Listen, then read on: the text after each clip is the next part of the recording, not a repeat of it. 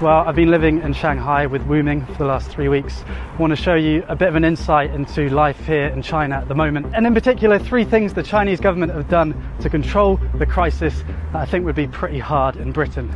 It's not all sunshine and daffodils. I'll talk a bit about the darker side at the end of the video. The Chinese government collect an immense amount of data about their citizens, and they're using it in novel ways to tackle the coronavirus. Every time Wuming and I want to leave the apartment complex, she's got to scan her face, and those images, as well as the images from all the CCTV cameras in China, of which there are about 200 million, are fed into a central database and then analysed using machine learning. So it means basically if you're in sight of a camera, with about 5 on this crossroads, then it's likely that the Chinese government have analysed your face and know where you are. Another big source of data is the WeChat app. You might have heard of it.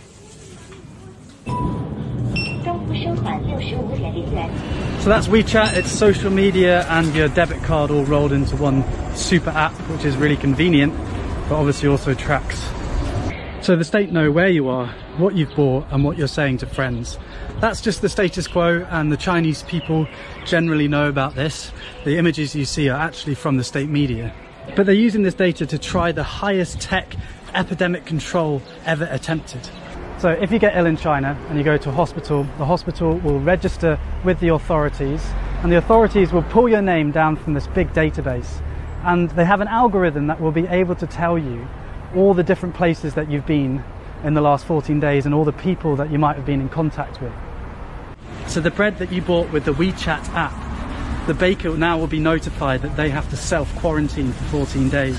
And the people that you were next to on the flight, they now have to self-quarantine for the next 14 days. Every single citizen has a code, red, amber or green. I guess you are yellow. Why? Why? Because you come to Shanghai, not have 14 days. I'm a green. Safe. But if I'm yellow, shouldn't you be yellow?